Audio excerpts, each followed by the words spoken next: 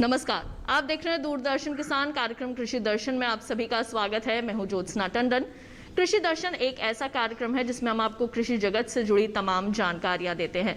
जैसा कि हम सभी जानते हैं कि एक संकट का दौर चल रहा है, लेकिन इसमें भी हमारे किसान भाई बहन और हमारे खेतीहर मजदूर हर संभव ये प्रयास कर रहे हैं कि हमारे घरों तक भोजन पहुंच सके। अपना पसीना बहाकर लगातार खेतों में काम कर रहे हैं। इसलिए ये हमारा भी कर्तव्य बनता है कि हम अपने किसान भाइयों बहनों तक खेती से जुड़ी तमाम जानकारियां समय पर पहुंचा सके, जिससे कि खेती किसानी में हम उनकी मदद कर सकें। और साथ ही कोरोना से बचाव के लिए कौन कौन सी सावधानियां आपने बरतनी हैं, वो भी हम आपको समय समय पर बताते रहते हैं। अपने कार्यक्रम में हम लेकर आते हैं आपके लिए 3 सेगमेंट्स, विज्ञान और किसान, कृषि स्टार्टअप और फार्मिंग इंडिया। और आज इन तीनों सेगमेंट्स में होंगी कुछ विशेष जानकारियां केवल आपके लिए।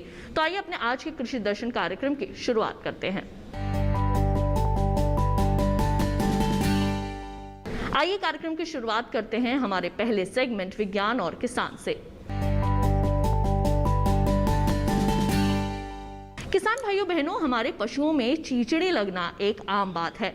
ये पशुओं का खून चूसकर उन्हें कमजोर बना देती हैं, यहाँ तक कि पशुओं को भूख लगना भी बंद हो जाता है। इसका सीधा असर पशुओं के दूध उत्पादन पर भी पड़ता है। आज हम आपको इसी के संबंध में देंगे कुछ खास जानकारियां अपने पहले खंड में। चिचड़ी को किलनी भी कहा जाता है। ये थन, गलकंबल, कान और शरीर के दूसरे अंगों पर हमला करती है। पूरे जीवन काल में एक चिचड़ी कम से कम 30 बूंद खून चूस लेती है। पशु को एक बार चिचड़ी लग जाए तो फिर उनकी संख्या लगातार बढ़ती रहती है। संख्या जितनी ज्यादा होगी, पशु उतनी ही तेजी से कमजोर होता चला जाएगा। चिचड़ियों का कई तरह से इलाज किया जाता है।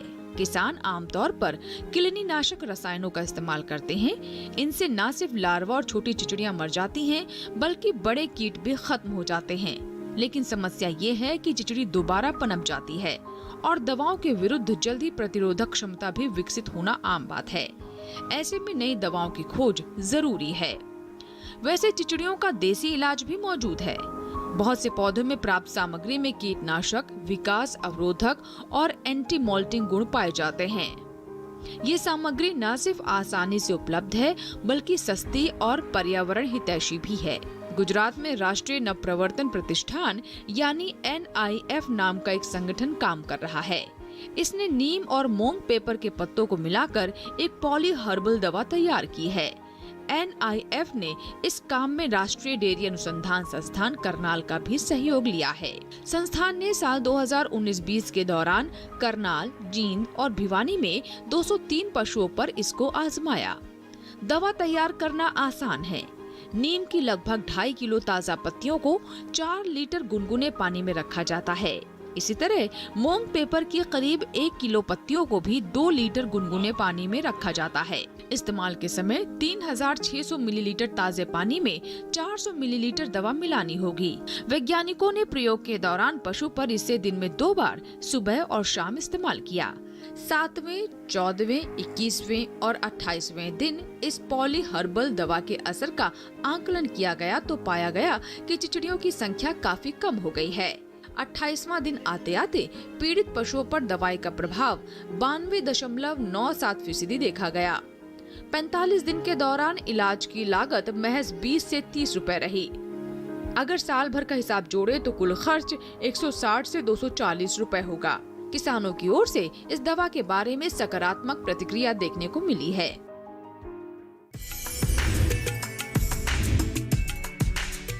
तो किसान भाइयों बहनों, आइए कार्यक्रम में बढ़ते हैं आगे और एक नज़र डालते हैं पशुपालक कैलेंडर पर, जिसमें हम आपको वर्तमान समय में किस तरह से आप अपने पशुओं की देखरेख कर सकते हैं, ये तमाम जानकारियां देते हैं।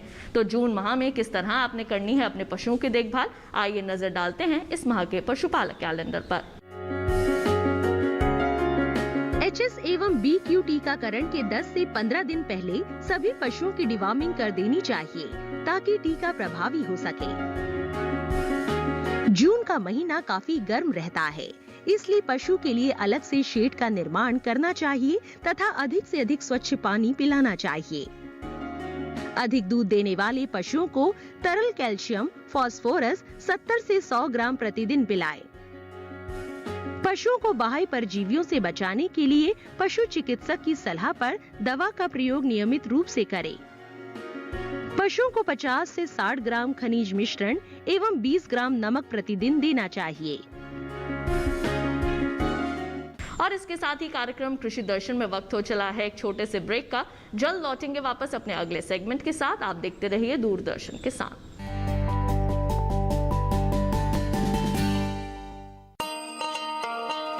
किसान भाइयों गांठ बांध लो, गांठ बांध लो, बहुत बहुत है काम की, समृद्धि के पैगाम की।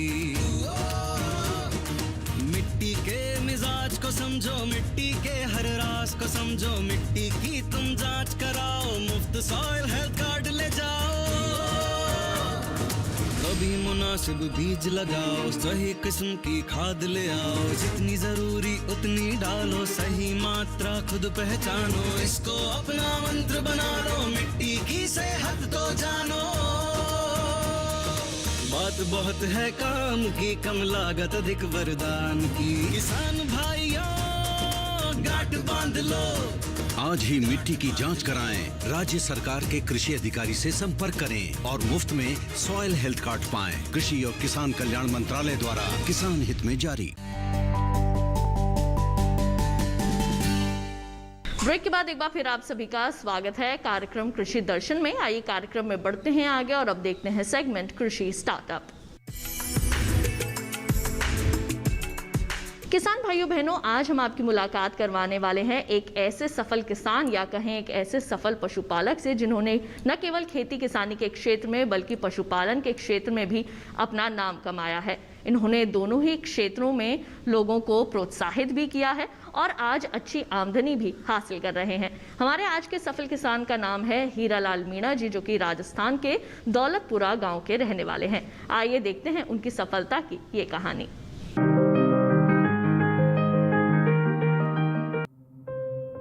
इन पथरीले पहाड़ों और सूखी धरती पर खेती असंभव सी लगती है। यहाँ समस्याओं की फहरिस्त में पानी की समस्या सबसे ऊपर है। हीरालाल मीणा ने इसी समस्या को सबसे पहले सुलझाया, अपने खेतों के बीचों बीच इस तालाब को बनवाकर। हीरालाल मीणा ने आसपास के पहाड़ को इस्तेमाल में लाकर बरसात के पानी को जमा करने के लिए इस तालाब का निर्माण किया, ताकि इस पानी का इस्तेमाल खेती में पूरे साल किया जा सके। बरसात के मौसम में ये पानी बहकर के रास्ते से जाता था तो रास्ते खराब हो जाते थे। तो दिमाग में ये आया कि अगर ये पानी का स्टोर कर लिया जाए तो ना तो रास्ता खराब होगा और ये इस पानी का अच्छा यूज किया जा सकता है। तो इस पानी का स्टोर करने के लिए मैंने ये पौंड बनवाया है। इसकी साइज है 72 बाई 72 मीटर।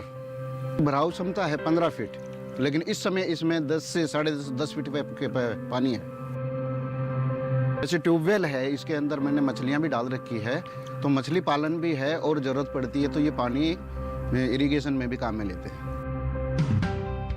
हीरालाल जानते हैं कि जयपुर मछलियों का एक बड़ा बाजार है। ये 5 से 6 तरह की 2 लाख से भी ज्यादा मछलियां अपने इस तालाब में पाल रहे हैं।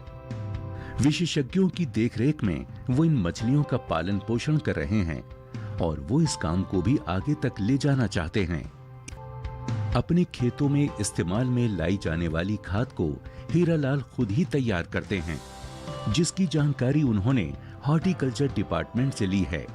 इस खाद का इस्तेमाल करके वो अपने पौधों को कई तरह के कीटाणुओं और बीमारियों से बचाते हैं। खाद के अंदर मैं सड़ी हुई गोबर या फिर केंचुओं वाली खाद काम में लेता हूँ। जो केंचुओं वाली खाद है, मैंने डेयरी के अंदर एक यूनिट लगा रखी है, उसमें जो केंचुओं वाली खाद तैयार होती है वो मैं इन पौधों में देता हूँ। इससे सर एक तो पौधों की जड़ों में कोई कीटाणु नहीं लगेंगे इतनी जल्दी, और वो सड़ी हुई गोबर से भी ज़्यादा काम करती है, इसलिए मैं ये सड़ी हुई ये केंचुए वाली खाद काम में लेता हूँ।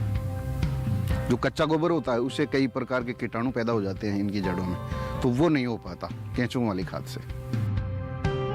हीरालाल का मानना है कि पशुपालन का व्यवसाय कृषि से जुड़ा हुआ है। यही उनके पिता की भी सोच थी।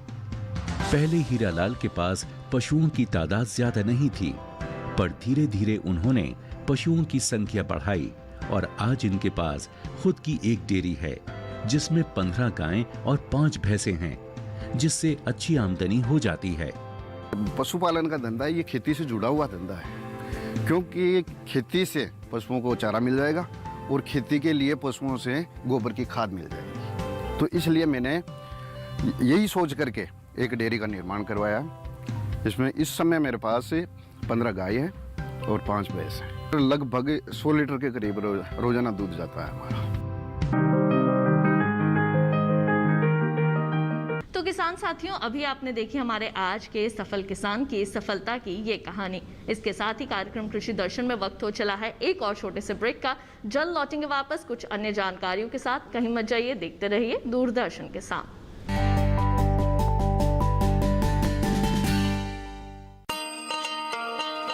किसान भाइयों गांठ बांध लो, गांठ बांध लो, बात बहुत है काम की, समृद्धि के पैगाम की। मिट्टी के मिजाज को समझो, मिट्टी के हर राज को समझो, मिट्टी की तुम जांच कराओ, मुफ्त सॉइल हेल्थ कार्ड ले जाओ। कभी मुनासिब बीज लगाओ, सही किस्म की खाद ले आओ, जितनी जरूरी उतनी डालो, सही मात्रा खुद पहचानो, इसको अपना मंत्र बना लो, मिट्टी की सेहत तो जानो। बात बहुत है काम की, कम लागत अधिक वरदान की। किसान भाइयों गांठ बांध लो, आज ही मिट्टी की जांच कराएं। राज्य सरकार के कृषि अधिकारी से संपर्क करें और मुफ्त में सॉइल हेल्थ कार्ड पाएं। कृषि और किसान कल्याण मंत्रालय द्वारा किसान हित में जारी। ब्रेक के बाद एक बार फिर आप सभी का स्वागत है कार्यक्रम कृषि दर्शन में। आइए कार्यक्रम में बढ़ते हैं आगे और अब देखते हैं सेगमेंट फार्मिंग इंडिया।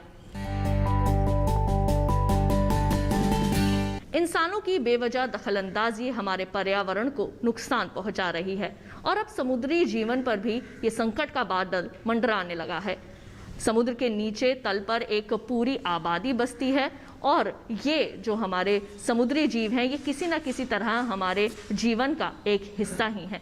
लेकिन अब इनके जीवन को खराब करने की जिम्मेदारी कहीं ना कहीं इंसानों पर भी है।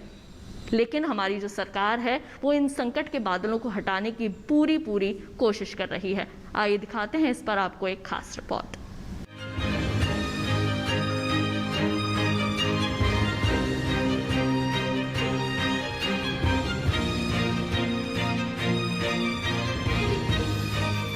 जब भी पर्यावरण संरक्षण की बात आती है तो हमारा सारा ध्यान जंगलों या बस्तियों की ओर जाता है। समुद्रों और दूसरे जलीय स्रोतों को हम लगभग भूल से जाते हैं, जबकि हकीकत ये है कि धरती पर 70% पानी है और इस पानी में भी जलीय जीवन अंगड़ाई ले रहा होता है। हाल के दिनों में जलीय पारिस्थितिकी तंत्र की ओर भी पर्यावरणविदों का काफी ध्यान गया है। हमारे समुद्र और महासागर मछली उत्पादन और पर्यटन के क्षेत्र में भी बहुत बड़ी भूमिका निभा रहे हैं। विशेषज्ञों का कहना है कि हर साल इंसान लाखों टन प्लास्टिक कचरा समुद्रों में फेंक रहा है, जिससे जलीय जीवों और वहाँ के पारिस्थितिकी तंत्र पर खतरे के बादल मंडराने लगे हैं। अगर समय रहते नहीं चेता गया तो इसके भयंकर परिणाम भी देखने को मिल सकते हैं। जरूरत इस बात की है कि समुद्री पारिस्थितिकी तंत्र के संरक्षण के लिए बड़े कदम उठाए जाएं। दूसरी ओर भारत ने जलीय पारिस्थितिकी तंत्र के संरक्षण की जरूरत को समझा है। खास तौर से मत्स्य विभाग, पशुपालन और डेयरी विभाग ऐसी योजनाएं और कार्यक्रम चला रहा है जिनसे जलीय परितंत्र भी सुरक्षित रहे और आर्थिक गतिविधियां भी शिथिल न पड़े। 2015 में शुरू की गई नीली क्रांति इसी तरह का उपाय है। इस योजना के अंतर्गत राज्यों और केंद्र शासित प्रदेशों को 2573 करोड़ रुपए दिए गए हैं। इसमें पर्यावरण संरक्षण का भी हिस्सा है। समुद्री भोजन, खास तौर से मछलियां, देश की खाद्य सुरक्षा में बड़ा योगदान दे रही है। इसके अलावा कई पर्यावरण हितैषी तकनीक भी अपनी भूमिका निभा रही है। RAS तकनीक, मछली पकड़ने की पिंजरा तकनीक, समुद्री खरपतवार का निस्तारण भी ऐसी ही कदम है। इसके अलावा प्रजनन के समय मछली पकड़ने पर पाबंदी और इस कारोबार से जुड़े लोगों के लिए सौर संयंत्रों की स्थापना भी पर्यावरण संरक्षण की दिशा में उठाए गए महत्वपूर्ण कदम है। इसी तरह पिछले साल आत्मनिर्भर भारत अभियान के तहत प्रधानमंत्री मत्स्य संपदा योजना के लिए 20,050 करोड़ रुपए दिए गए। इस योजना में मछलियों और उनके पारिस्थितिकी तंत्र की सुरक्षा का भी पूरा ख्याल रखा गया है। इसी तरह भारतीय मत्स्य सर्वेक्षण मछली कारोबार में इस तरह के उपायों को अपनाने पर जोर दे रहा है, जिससे मछली कारोबार से समुद्री पर्यावरण को कम से कम नुकसान हो।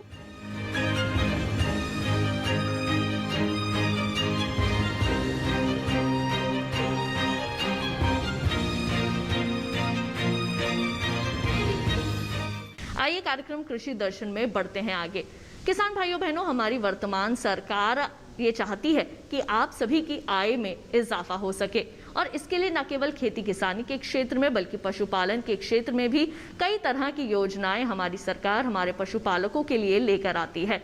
कौन कौन सी हैं वो योजनाएं और किस तरह से हमारे किसान भाई बहन इन योजनाओं का लाभ ले सकते हैं, आइए जानते हैं इस खास रिपोर्ट में। सरकार समुद्री और अंतर्देशीय यानी इनलैंड मछली पालन के एकीकृत, सतत और समावेशी विकास के लिए PMMSY का शुभारंभ करेगी। समुद्री अंतर्देशीय मछली पालन और एक्वाकल्चर से जुड़ी गतिविधियों के लिए 11,000 करोड़ रुपए तथा आधारभूत ढांचा, फिशिंग हार्बर्स, शीत भंडार, बाजार आदि के लिए 9,000 करोड़ रुपए की धनराशि उपलब्ध कराई जाएगी। इसके तहत केज कल्चर, समुद्री शैवाल की खेती, सजावटी मछलियों के साथ नए मछली पकड़ने के जहाज, ट्रेसेबिलिटी यानी पता लगाने, प्रयोगशाला नेटवर्क आदि को बढ़ावा दिया जाएगा। मछुआरों को बैन पीरियड यानी जिस अवधि में मछली पकड़ने की अनुमति नहीं होती है, सपोर्ट, व्यक्तिगत और नौका बीमा के प्रावधान किए जाएंगे। इससे 5 साल में 70 लाख टन अतिरिक्त मछली उत्पादन होगा, 55 लाख से ज्यादा लोगों को रोजगार मिलेगा और निर्यात दुगना होकर 1 लाख करोड़ रुपए के स्तर पर पहुंच जाएगा।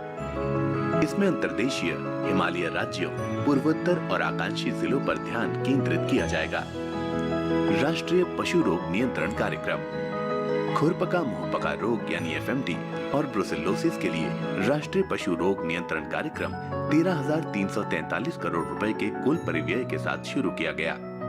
ये कार्यक्रम खुरपका मुंहपका रोग और ब्रुसेलोसिस के लिए मवेशी, भैंस, भेड़, बकरी और सुअर की आबादी यानी कुल 53 करोड़ पशुओं का 100% टीकाकरण सुनिश्चित करने के उद्देश्य से शुरू किया गया।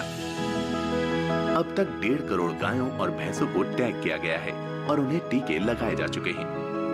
पशुपालन बुनियादी ढांचा विकास कोष, डेयरी प्रसंस्करण, मूल्यवर्धन और पशु चारा बुनियादी ढांचे में निजी निवेश का समर्थन करने के उद्देश्य से 15,000 करोड़ रुपए का पशुपालन बुनियादी ढांचा विकास कोष स्थापित किया जाएगा। विशिष्ट उत्पादों के निर्यात हेतु संयंत्र स्थापित करने के लिए प्रोत्साहन दिया जाएगा।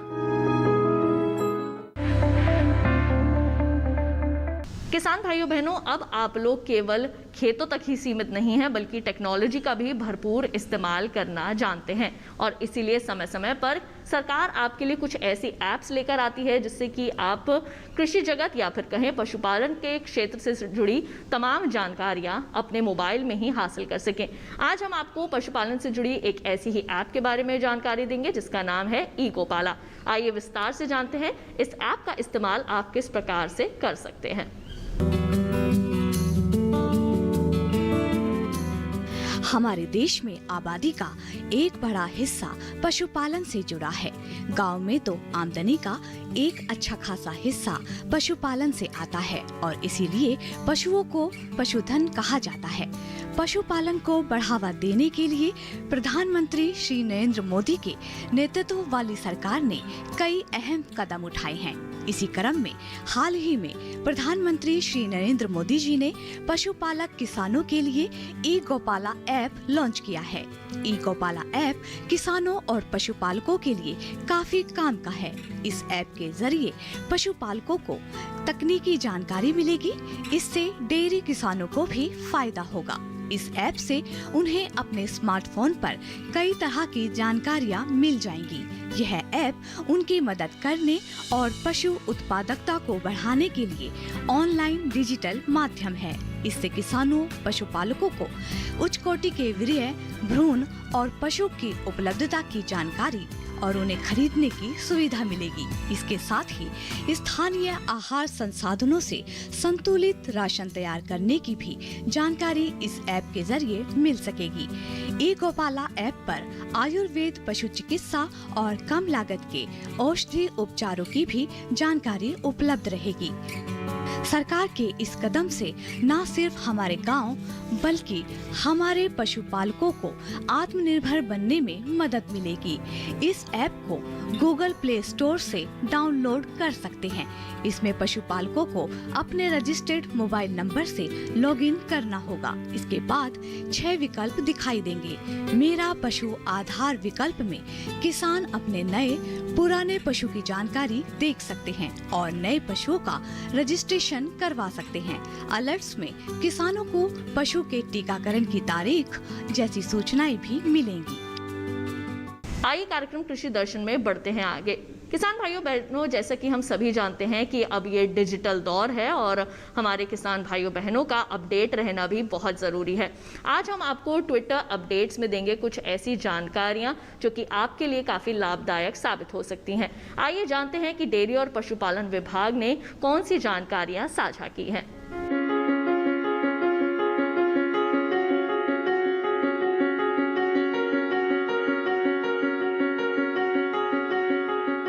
तो किसान भाइयों बहनों, हमारे आज के कृषि दर्शन कार्यक्रम में केवल इतना ही। लेकिन अगर आप हमारे कृषि दर्शन कार्यक्रम के पहले के एपिसोड्स भी देखना चाहते हैं तो YouTube पर जाइए, वहां पर जाकर टाइप कीजिए दूरदर्शन किसान। उसके अंतर्गत आप हमारे कृषि दर्शन के पहले के एपिसोड्स भी आसानी से देख सकते हैं और टीवी पर दिए जा रहे QR कोड को स्कैन करके भी आप हमारे प्रोग्राम देख सकते हैं।